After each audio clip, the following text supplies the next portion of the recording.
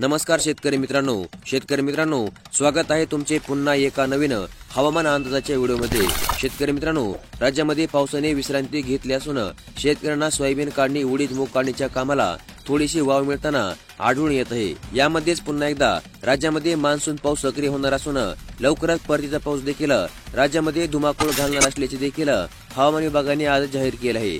आजच्या नवीन हवामान अंदाजाच्या बुलेटिनमध्ये हवामान विभागाने याबद्दलची माहिती देखील जाहीर केली आहे। तर मग काय आहे आजचा नवीन हवामान अंदाज व कसा असेल राज्यामध्ये परतीच्या पावसाचा प्रवास जाणून घेण्यासाठी तुम्हाला व्हिडिओ नक्की शेवटपर्यंत पाहायचा आहे।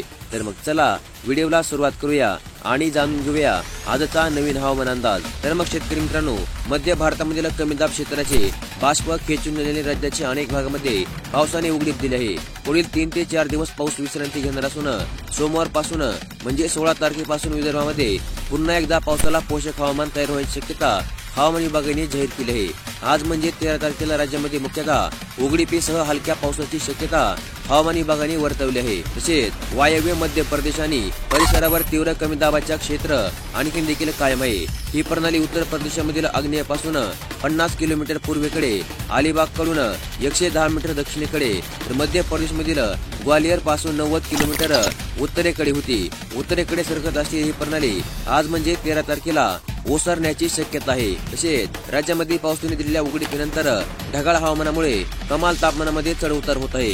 गुरुवारी 12 तारखेला सकाळपर्यंतच्या 24 तासामध्ये चंद्रपूर येथे राज्यामधील उच्चांकी 32.4 अंश सेल्सिअस तापमानाची नोंद करण्यामध्ये आली। तसेच राज्यामध्ये अनेक ठिकाणी कमाल तापमानाचा पारा हा 40 अंशाच्या पुढे सरकला आहे। राज्यामध्ये तुरळक ठिकाणी हलक्या ते मध्यम स्वरूपाच्या पावसाने हजेरी देखील लावली आहे। आज म्हणजे 13 तारखेला राज्यामध्ये पावसाची उघडीप शक्य असून तुरळक ठिकाणी हलक्या पावसाचा अंदाज हवामान विभागाने जाहीर केलेला आहे। तर मग अशा प्रकारचा आजचा हवामान अंदाज आज आपण या व्हिडिओमध्ये जाणून घेतला आणि अशाच प्रकारच्या हवामान अंदाजाच्या दररोज अपडेट पाहण्यासाठी आपल्या चॅनलला लगेचच सबस्क्राईब करून ठेवा। व्हिडिओला देखील लाईक करा। धन्यवाद।